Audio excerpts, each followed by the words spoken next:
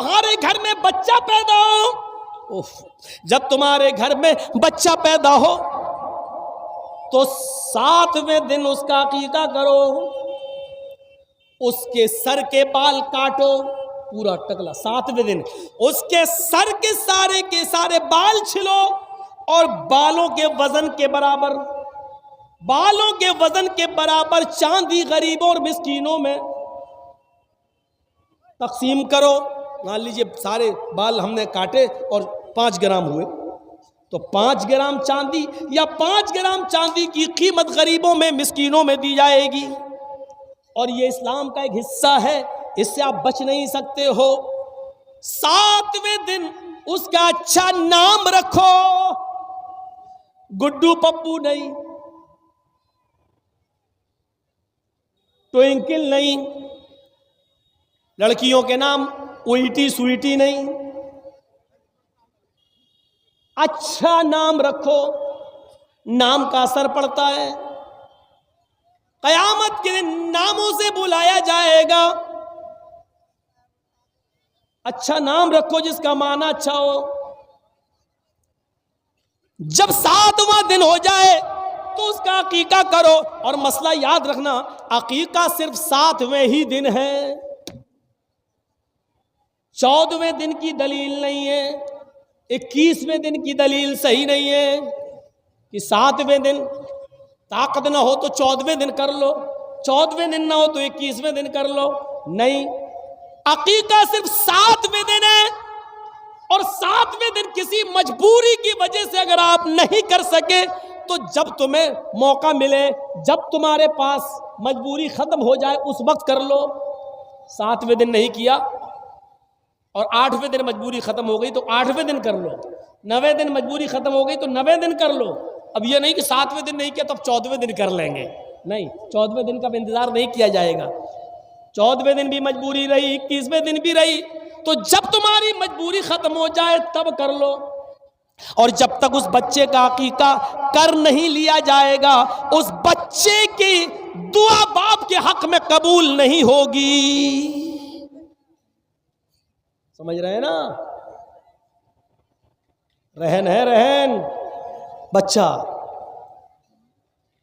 गिरवी है, चाहे कितनी वो बच्चा दुआ करे बाप के हक में फिर कबूल नहीं होगी। अगर अमदन कसदन जानबूझकर इस्तिताअत के बावजूद आपने उसका अकीका नहीं किया तो ये बाप के ऊपर एक कर्ज है, जब तक वो इसको अदा नहीं करेगा। हाँ, बच्चा 20 साल का हो गया, अब मजबूरी खत्म हुई है तो अब कर दो। बाप 20 साल तक अपने बच्चे का अकीका नहीं कर सका मजबूरी की वजह से और इंतकाल हो गया, तो बच्चा खुद कमाने लगे तो वो अपना अकीका खुद भी कर सकता है। लेकिन करना है, अगर इस्तिताअत हो जाए तो करो, करना है। याद रखिए, 7वें दिन अकीका करेगा। जब बच्चा पैदा हो तो 7वें दिन अकीका करो। 7वें दिन उसका अच्छा नाम रखो, उसके सर के सारे बाल छील कर बालों के वजन के बराबर चांदी या उस चांदी की कीमत गरीबों और मिस्कीनों में तकसीम करो।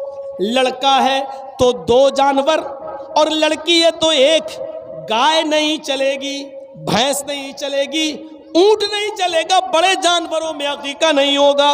अकीके के लिए भेड़ बकरी चाहिए, दुब्बा, इन्हीं जानवरों में अकीका होगा। लड़का है तो 2 और लड़की है तो 1। हाँ, अगर आपके पास मजबूरी है और लड़का पैदा हुआ है लेकिन 2 जानवर की कीमत नहीं है, 2 जानवर की इस्तिताअत नहीं है, 1 जानवर आप कर सकते हैं। अगर इस्तिताअत नहीं है तो 1 जानवर भी किया जा सकता है। इस्लाम में आसानी है, सख्ती नहीं है। अगर 2 लड़का है और हम गरीब हैं, 2 जानवरों की कीमत नहीं है मेरे पास लेकिन 1 की इस्तिताअत है, तो यहाँ इजाजत है शरीयत की तरफ से, तो तुम 1 ही कर दो, क्योंकि अल्लाह रब्बुल आलमीन किसी पर उसकी बोझ से ज्यादा, उसकी हैसियत से ज्यादा उस पर बोझ नहीं डालता है। लड़की है तो 1 है ही, मेरे भाइयों, फिर हुक्म होता है जब तुम्हारा बच्चा जबान चलाने लगे, कुछ थोड़ा थोड़ा बोलने लगे, तो सबसे पहले उसकी जबान से अल्लाह अल्लाह निकलवाओ। 6-7 महीने के बाद बच्चे थोड़ा थोड़ा बोलने लगते हैं, तो उसकी जबान से अल्लाह अल्लाह अल्लाह निकलवाओ। और जब बच्चे की जबान थोड़ी सही हो जाए तो उसको ला इलाहा इल्लल्लाह सिखाओ, उसको ला इलाहा इल्लल्लाह सिखाओ। हम क्या सिखा रहे हैं? 4 साल का हो गया, हैप्पी बर्थडे टू यू। कितना गधा है ये बाप, और मैं गधा कह दिया हूं। जिसको बुरा लगता लगता रहे, जिसको मिर्ची लग रही लगती रहे। अब बताइए, गधे में अकल नहीं होती है? गधे में अकल होती है कहीं? हॉर्न बजाओ तो गधा वहीं आएगा जहां गाड़ी घूम रही है, टी टी और आएगा गाड़ी के पास। उसमें अकल नहीं है। ये बताओ, आपका बच्चा 5 साल का हो गया, आप उसका बर्थडे बना, हैप्पी बर्थडे टू यू। तेरा बच्चा अल्लाह की तरफ से 80 साल की उम्र लेके आया था, 5 साल उसकी कम हो गई है, अब उसकी उम्र 75 साल रह गई है और तू खुश हो रहा है। वो अपनी जिंदगी के 5 साल कम कर चुका और तू खुश हो रहा है। अगले साल वो 6 साल का हो गया, फिर तू केक काट रहा। वो 1 साल अपनी जिंदगी का और कम कर चुका, तू केक काट रहा, खुशियां मना रहा है। इससे बड़ा बेवकूफ और इससे बड़ा गधा बाप कौन होगा जो अपने बच्चे के जन्मदिन पर केक काट रहा है? 1-1 साल उसकी जिंदगी का कम हो रहा है और ये खुशियां मना रहा है। मैं समझता हूं इससे बड़ा गधा कोई बाप हो ही नहीं सकता। इतना बुरा लग रहा होगा जिन्होंने हैप्पी बर्थडे है? अब है तो है, हम क्या करें? कुरान ने भी मिसालें दी हैं जानवरों की, उलाइका कलानाम बल हुम अज़ल। ये लोग चौपायों की तरह, बल्कि उनसे भी ज्यादा गए गुजरे। कुरान ने मिसाल दी है, हम क्या करें? अब दुनिया जीफतुल मय्यत, ये दुनिया मरी हुई लाश है।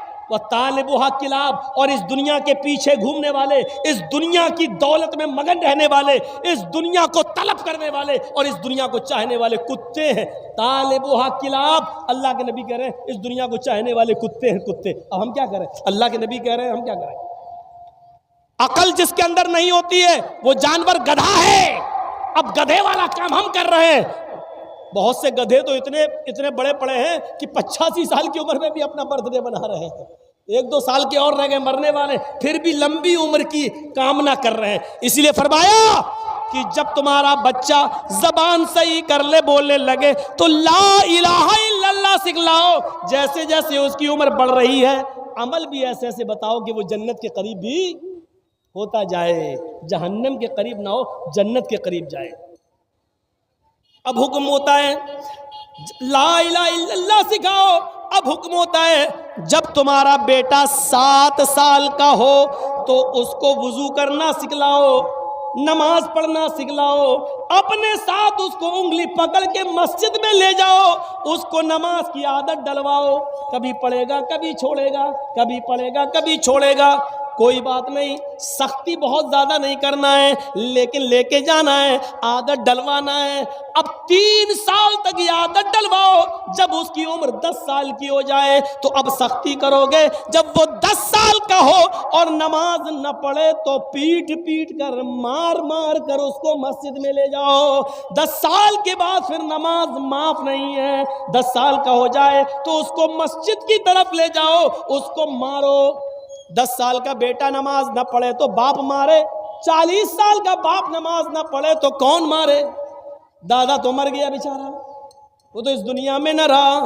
याद रखो, जो 40 साल की उम्र में बाप नमाज नहीं पढ़ रहा है तो उसका 10 साल का बेटा कैसे नमाज पढ़ेगा?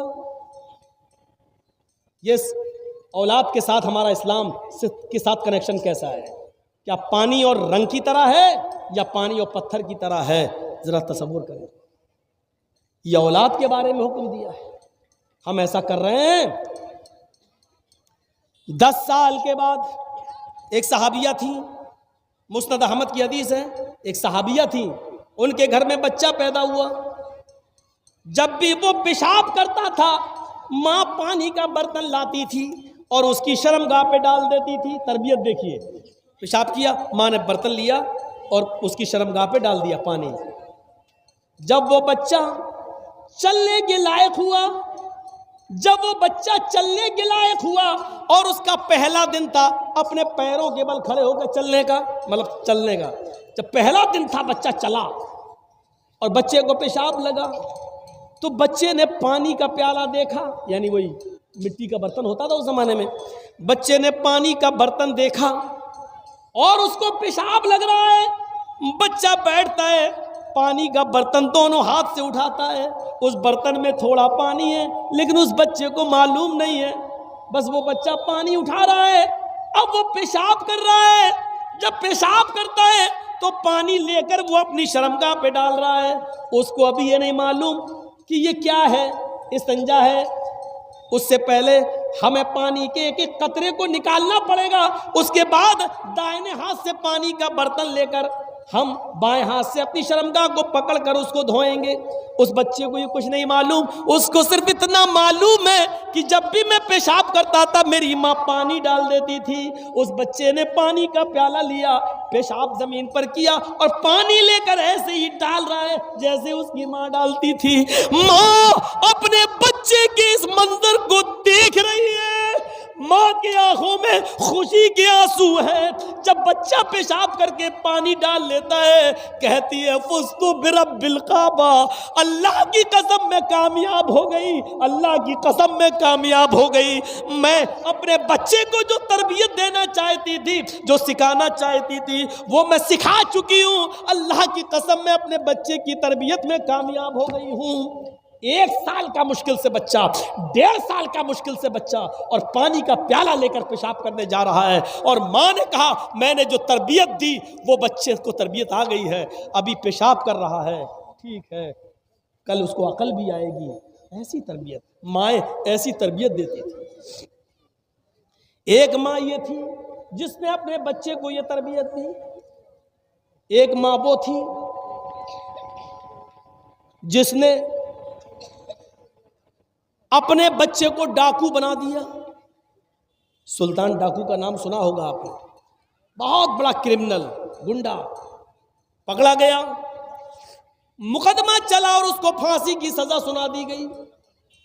जब फांसी के तख्ते पे ले जाया गया तो पूछा गया सुल्तान डाकू से, बताओ तुम्हारी आखिरी तमन्ना क्या है? उसने कहा कि मेरे सामने मेरी मां को लाकर खड़ा कर दिया जाए और मेरी फांसी मेरी मां की आंखों के सामने दी जाए।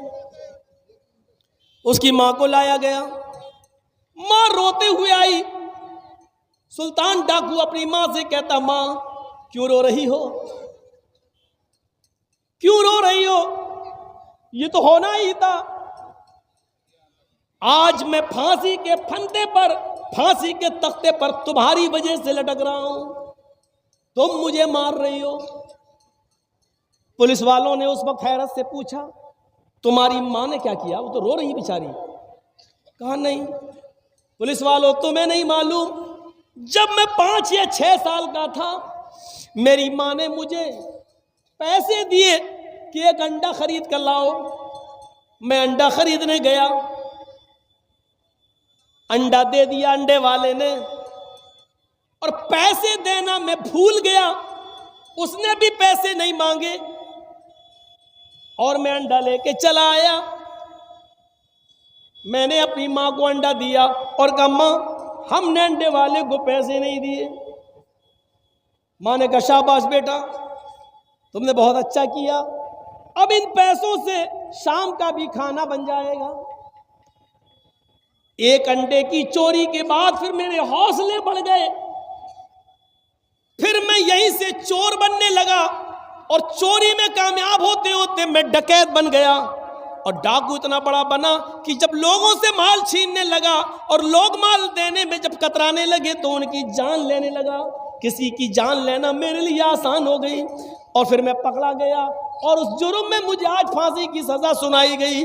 अगर मेरी मां ने 6 साल की उम्र में जब मैंने पहले अंडे की चोरी की और उस दुकानदार को पैसा नहीं दिया, अगर मैंने अंडा अपनी माँ को देते वक्त इसके बारे में बताया होता कि ये चोरी का अंडा है, और उसी वक्त माँ ने एक थप्पड़ मेरे गाल पे मारा होता या मेरी पीठ पर मारा होता और मेरी उंगली पकड़ कर लेकर ये पैसे उस दुकान वाले को दिए होते या अंडा वापस कर दिया होता, तो आज मैं इतना बड़ा चोर और इतना बड़ा डाकू नहीं बनता।